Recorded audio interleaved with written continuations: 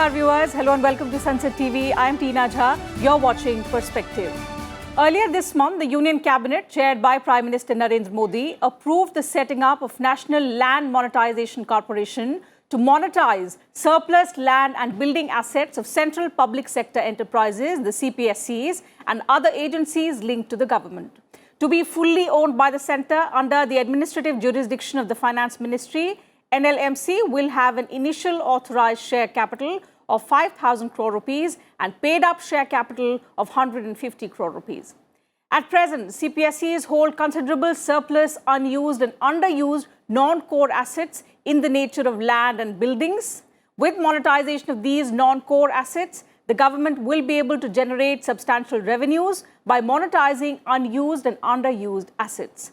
That's what is being said by the government about this move to set up the National Land Monetization Corporation. But going forth, how effective is this going to be, considering land monetization is a very complex process in our country? What potential challenges could NLMC face in the whole process? What roles and responsibilities will this separate agency be entrusted with? These are some of the aspects that we will analyze on the show today with three very distinguished panelists joining us virtually. So let me first introduce them to you.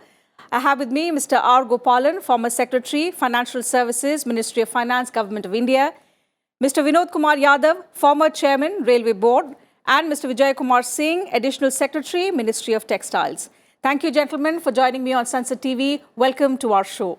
Mr. Gopalan, allow me to begin the program today with you. In fact, let's first understand the rationale for having a separate land monetization corporation and what are going to be its primary role and responsibilities, sir? Well, this is born out of government's efforts over a period of time to see how land held by it can be monetized. Railways is one big example of that. I remember in 2012 when we had attempted to do the monetization, we had problems in framing the rules, and that carried on for quite some time. The problem in all these cases in land is that the land title is not, fully available with the entity which is holding the land. The state government owns the land, it transfers the land with certain conditions, and if those conditions are not fulfilled, the state government has a right to take back the land. So, some of the lands which we see as extensive land available with the CPSEs and the various departments are not really lying with them with full, clear, transferable title. So, it is essential to identify which are the lands which have full, effective, transferable title lands which are available, which can be used, put to a better use by way of selling them or leasing them or any other method by which monetization can take place. A focused single corporation which takes together all these lands, inventorizes all of them, gets to the title of them, ensure that the encroachment that are there are not, allowed to continue or disposed of in some manner, fix a value for that particular land, and conduct a process by which it is either sold or leased or put to use in whatever manner that is done. So this is an attempt to fast track, clear of all difficulties so that land as an asset, which is non-core asset as far as many of the government enterprises and PSUs are concerned, whether under divestment or strategic sale or for, any other type of way in which the assets are disposed of.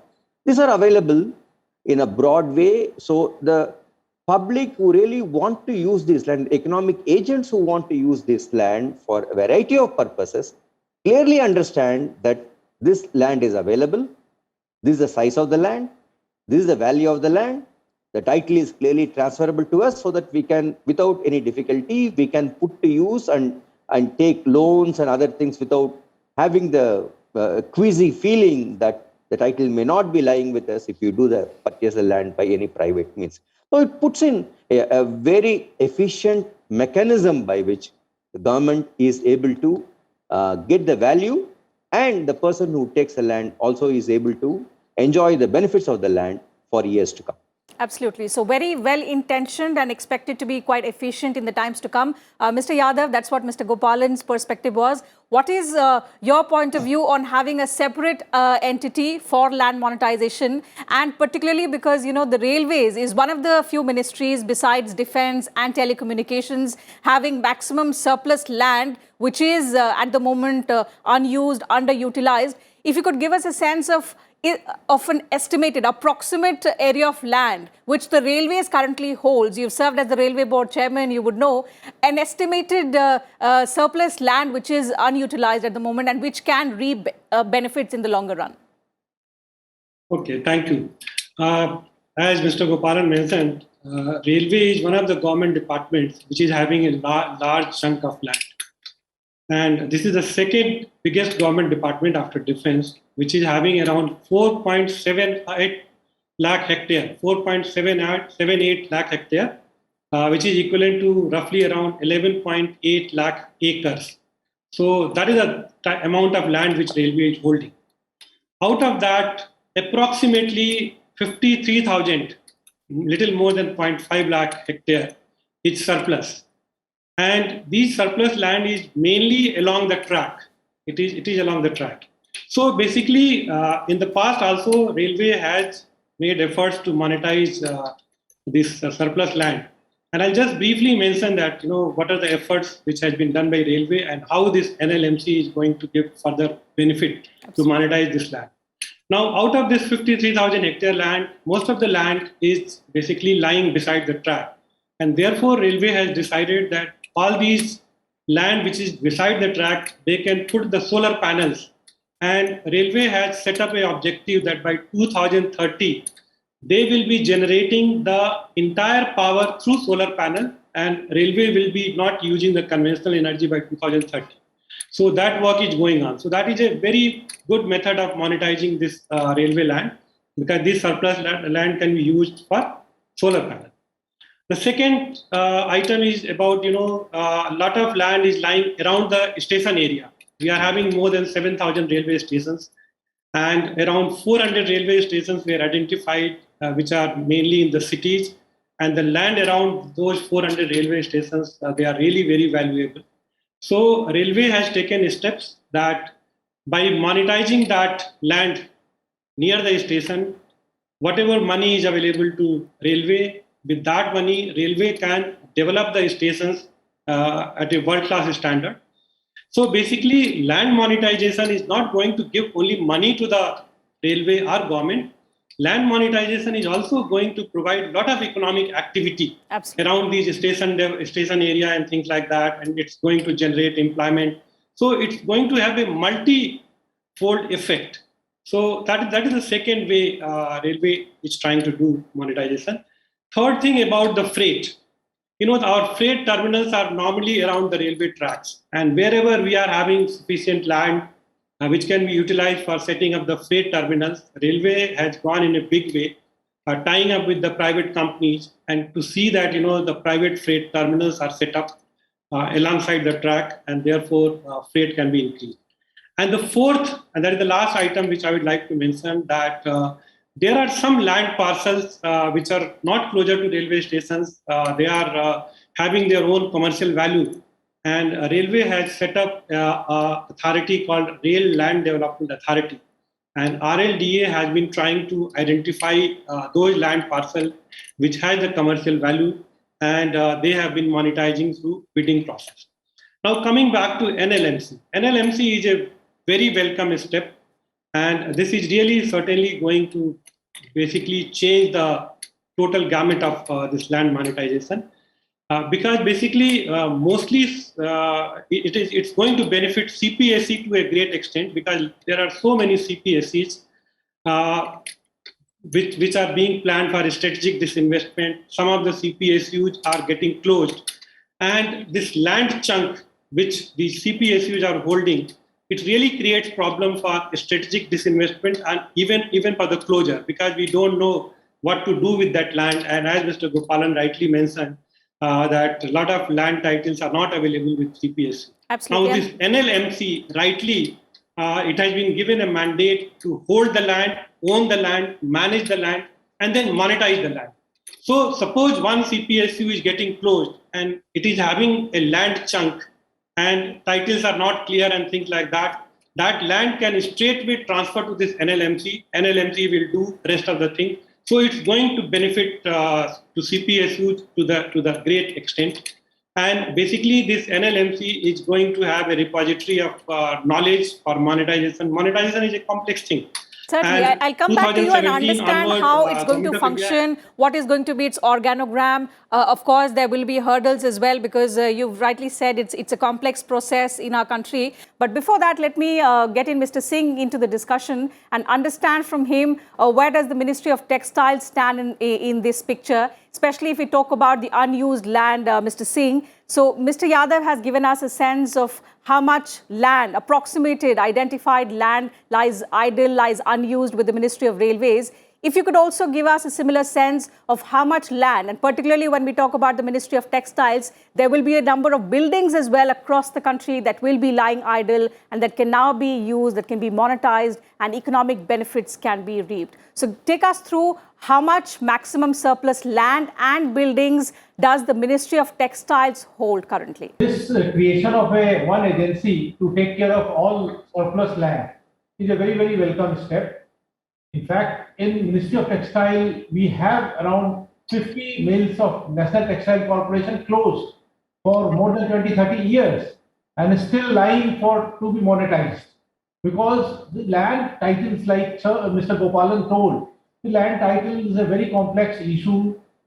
And the CPSE, which is involved in one particular activity, like the Textile Corporation was involved in making textile, fabric. They don't know how to handle land issue. But disposal of land doesn't happen regularly.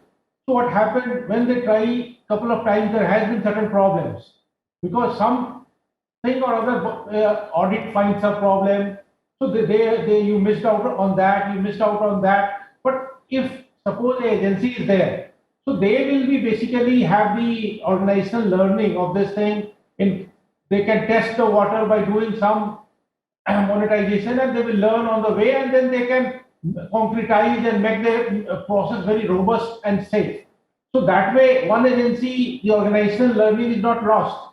What happens in the ministry and the CPSEs, some people might have monetized land in the past, but those learning goes because there is no consistent organization to look after that purpose.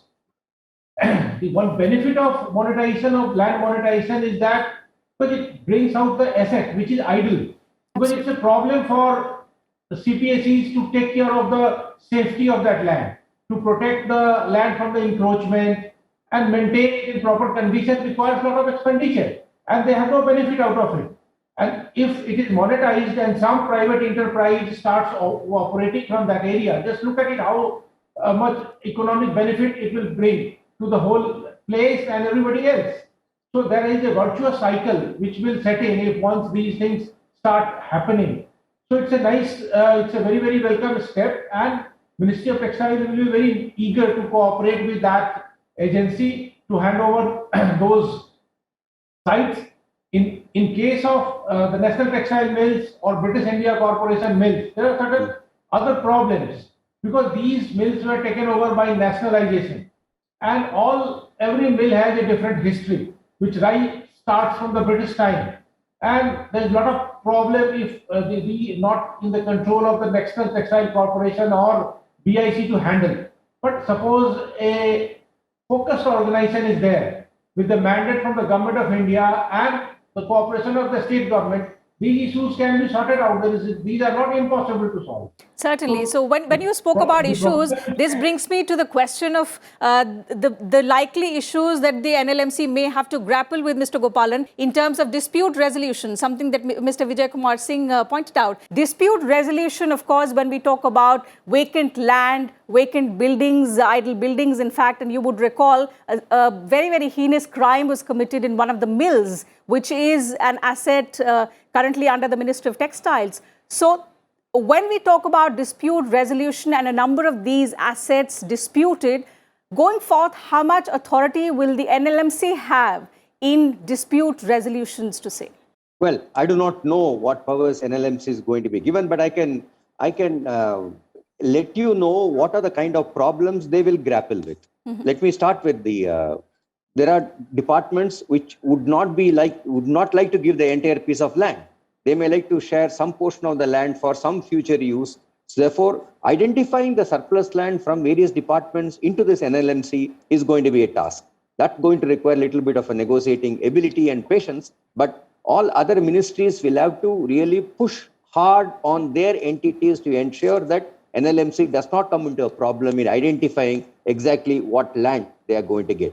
Second issue will be for them to look at is what is going to be the legal due diligence. Now, as I had mentioned earlier, whether the title is very clear or the title has been on a conditional basis, has the title been transferred. So if it is so, how to get that conditions removed by discussing with the state governments will be a big task, but that has got to be done if you want to have a clear legal title to the land. Third will be issue of valuation. What is the valuation under which this is going to be transferred? From the department or from the ministry to the NLMC, what is the value that is going to be fixed for getting the land transferred? Obviously, this corporation, as I hear from the newspapers, is going to be, populated by experts in this particular area of operations, like real estate and those kind of issues, finance of people. So this it's going to be highly a professional entity. So if it is so, then it is possible for it to clearly understand and articulate what should be the valuation. And the question is how this valuation, the valuation determined by these people, who is going to accept it? Will the other department which is giving the land, will they accept this valuation? Is another question which has got to be settled in advance. The last one will, of course, will be after having got the land, the management of the land. There are encroachments across these lands. How to remove the encroachments? What power this corporation will have to remove those encroachments? Or will they have to depend on state governments and others to remove the encroachment? That will take a pretty long time. So legally, what kind of a power this corporation is going to have to remove the encroachments is another important issue these people will have to grapple with. All of these areas will require a set of skills, in fact, professional expertise as well going forth. Mr. Yadav, do you think the private sector could be roped in to take care of all these solutions, to take care of all these hurdles that have been pointed out? Actually, as I was mentioning earlier also, the government has been working on for last 3 years. They started working in 17, 18. And a lot of land record for all these surplus land has already been maintained, and along with their GPS location and things like that. So that is the first thing that government is working for a long time. And second, this NLMC, certainly what I saw the papers connected with NLMC, that they are going to have experts for finance, legal matters, and all these things. So surely NLMC will be in a much better position to handle this complex issue rather than the respective CPSEs, as Mr. Singh was also mentioning. Because the CPSEs, they are working a different type of work, and this NLMC is certainly going to handle these things in a better way. So I feel that it's a very welcome step, and NLMC, the way NLMC is being set up, they will be able to handle these complex issues. Okay, Mr. Singh, what do you think are going to be the potential challenge areas? Some of them have been spoken about earlier by Mr. Gopalan, but do you think there are several other problems that need to be highlighted and which the NLMC will have to grapple with, and what possible solutions can the ministry think of? There are definitely going to be problems, because if there is not going to be problem, then why we are having a specific organization focus on that? Absolutely. This organization is being created to solve those problems. The problems will be there, but I don't see big problem, because there are a lot of low-hanging fruits. So it's not that the NLMC has to get into the most contentious site to start with. What happens with the CPSE? Let me share my example of how it happened in Ministry of Textiles. People did monetize some piece of land. They had no experience, although they were, like you were mentioning, that how private sector will be involved to help us out. Private sector can be involved, but definitely we have to do our own work and our own due diligence. We have to be responsible. Absolutely. So private sector was involved even those times. But all those monetization created numerous litigations, disciplinary proceedings, and so many problems. And after that, what happened? Everybody got averse. In those CPSEs, even other organizations, no, don't touch land. Don't touch land. So what it creates, huge tract of land, which is adding no value to our operation, still lying locked up, and the industry is dying for land. If you ask from the industry, even a lot of foreign investors, they say we don't get land. These CPSEs were created after independence when our population was very low and we had a lot of land, and these were given large chunk of land also. So now we have huge population to take care. Our industry and development has taken stride, and we need land for several other public services and for economic growth also. So there is a need. So basically, we have to make these land available to the economy, and this the way. So there are enough low-hanging fruit to start the work without any controversy. There are land pieces available with good titles, and industry dying to take it. So only some organization has to make a transparent procedure and handle it. And there are difficult cases also. And all said and done, this is going to be a company only. This is not going to have that sovereign power of a state government or central government. So they can be given some mandate. But the acts, land is basically a state subject. Those acts will have to be complied with. The legal provisions of the state government will have to be complied with. But only they will have better knowledge, better expertise, better skill, and some support from the government so that they can move forward easily. That is my expectation. Absolutely. I think, and also a lot of coordination required going forth if we are to, reap the benefits and the low-hanging fruits that you spoke of. One final question to you, Mr. Gopalan. There is a concern. In fact, analysts have been writing about it, saying NLMC could have a turf war with the Department of Investment and Public Asset Management because there could be overlapping of roles, especially if we talk about asset monetization, capital restructuring. So going forth, since the NLMC is still in its nascent stage, what can be done? What kind of roadmap can be laid out for NLMC so that the overlapping of roles does not happen and there is no such turf war as is being speculated?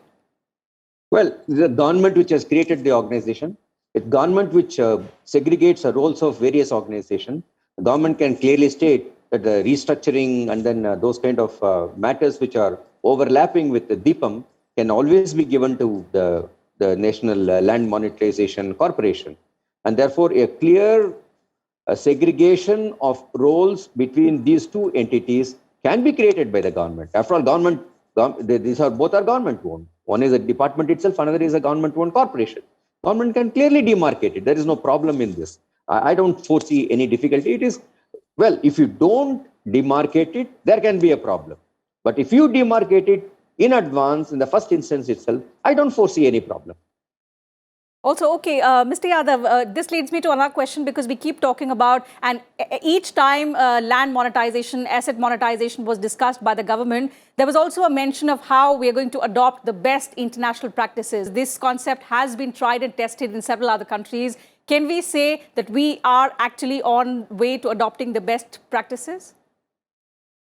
Certainly. The government has already worked out the mandate, and government has already worked out, what powers to be given to NLMC. So certainly the best practices are to be used by NLMC, and they will be having best of the experts in every area.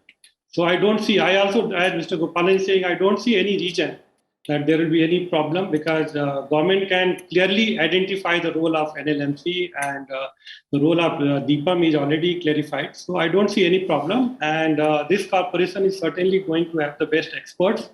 And I do believe that there will be some mechanism where this corporation can collaborate with the state governments also, because this land monetization, the cooperation of state government is very, very important. And I'm very sure that Government of India will be working out some mechanism, some arrangement where there will be a complete cooperation and collaboration between this corporation and the state government. So I don't see any reason that NLMC will be having a problem, but they will be able to sort it out. And it's a very, very good step and welcome step by Government of India to set up this NLMC. All right. So that having been said, I'll have to wind up the discussion. Thank you, gentlemen, for joining me on the program today and sharing your perspective with us and our viewers. It was a pleasure having you on the program today. So that's it from us on this edition of Perspective. Thanks very much to all our viewers as well for their time.